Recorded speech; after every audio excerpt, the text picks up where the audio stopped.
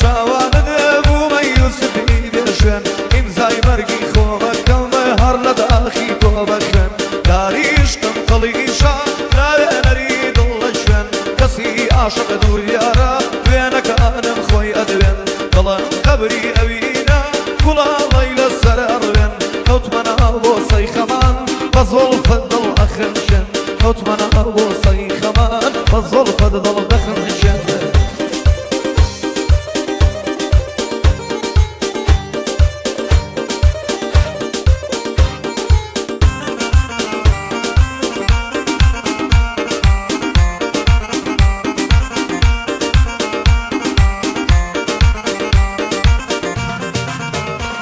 هەرە بەدڵ خۆشم مەزانە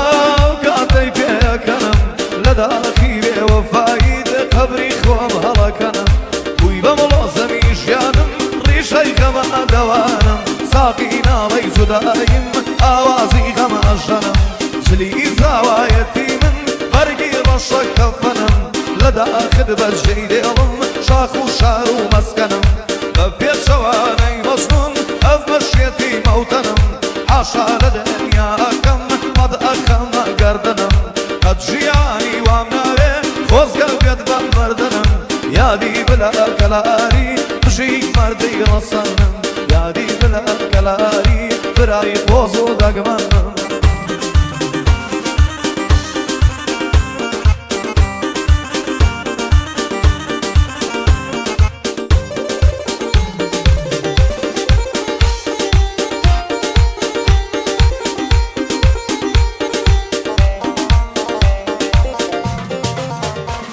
دەیەشقت دڵ ئەسووتێنێ باشی لەو وشک و تەڕ بەدەم ئەوینت زەربووم وەک سەوزە بەدەم پوشپەڕ گۆڤەندی خەم لە ناخەم بەسەر ئاهەنگ دەدەن گەڕ دڵ سەربازی بێشوێنە لە گرت و خانەی مەڕمەڕ دەستە ملی خۆمەکەم هەتا کاتی زەردەفەڕ ئاهەنگی خەم لێ ئەدەم بە ئیلهامی شەعری تەڕ ڕەبی خشکەی پێنووسم جۆچکەی وەفات بکاکەڕ چی بکەم سازی ئەوینت بەقەستی کرد باڵ و پەڕ کەرچەی دڵم ئەبیسن ئەرز و سەما و بەحر و بەڕ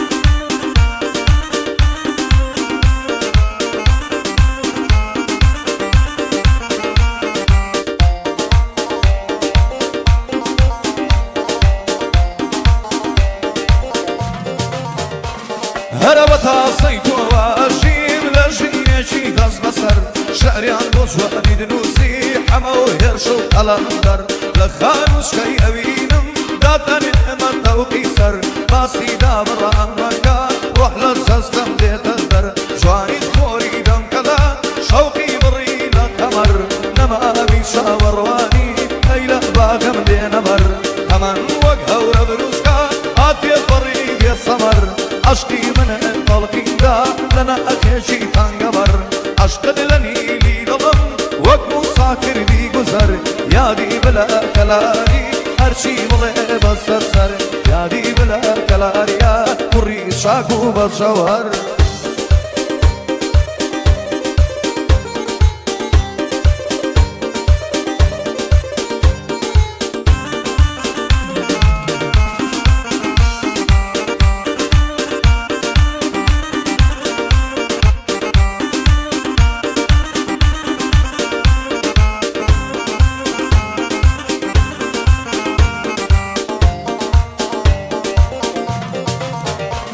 هەرە بە پولەی حەزەکانمە بە تاسەد هەڵدەفڕێنم شەمعی شەیدایی و مەینەدێ لە دڵمدا ئەگیرسێنم نیگایی ئەو چاوم مەستەدت بۆتە دیشک و هەوێنم من نەغمەی ئاوازی تۆ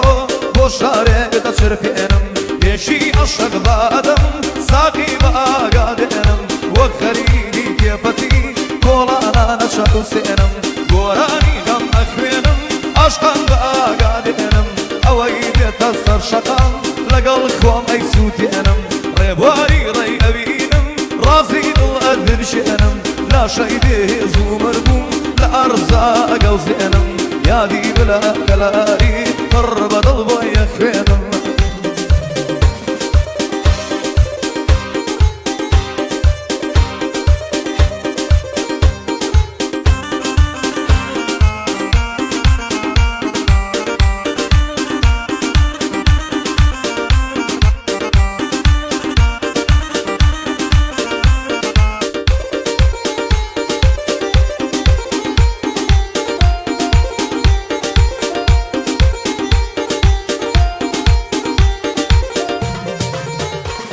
هەر جوانی بەقەد و قامەد بۆچی بۆم نایانامەد بەو دوو چاوە بازانەدە بڕوانە ئەم غوڵامەد تۆ بەو گفت و کەلامەد کوشتنی ئەو مەرامەد وەرایی لەم غەرامەد پارە و ماڵ و دەرامەد خاپووری کرد ماڵی دڵ ئەو دوو نیگا سەد دامەد ناکەم ماچی حرامەد دێمە خزمەتی مەمەد وەک های لە فارسی ئەڵێم سخن بەر لە بەم ئامەد فرهادم ز عشق تو جان شیرین نیامد ز عشق تو کردستان رغز سینم در آمد هرچی رفته نیامد سر ساقی سلامد هرچی رفته نیامد سر ساقی سلامد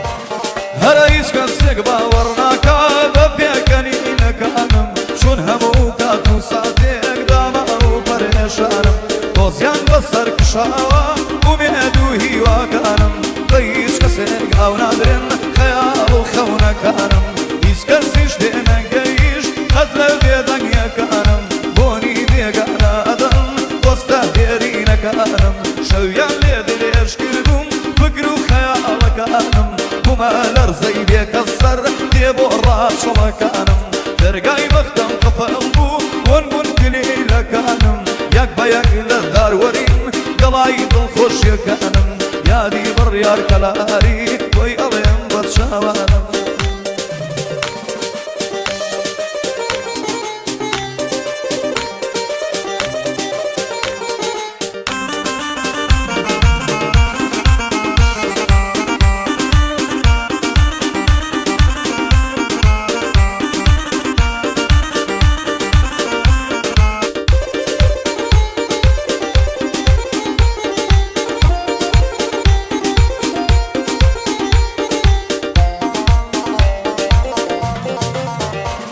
هەی خەمێک دڵی داگرتووم ئەڵێ یاگریبەتینە هەر چوار دەوری تەنێ بووم ئەڵێ دیواری چینە شایەتی شەو سووتانم فرمێسکی تەنیایینە لە شاری بێکەسیدا گراوم گەرانتینە ژیرم کردووە لە پاییز شارە نووسم وەرێنە سەبوویم بەد کەس نایە ئەو نەدڵەن غەمینە تەنیا پشت و پەنای من خوا ڕەب العالەمینە یادی بلا کەلاری نەمرێ برای شیرینە ژین بلا کەلاری گشەوێک لە کەمینە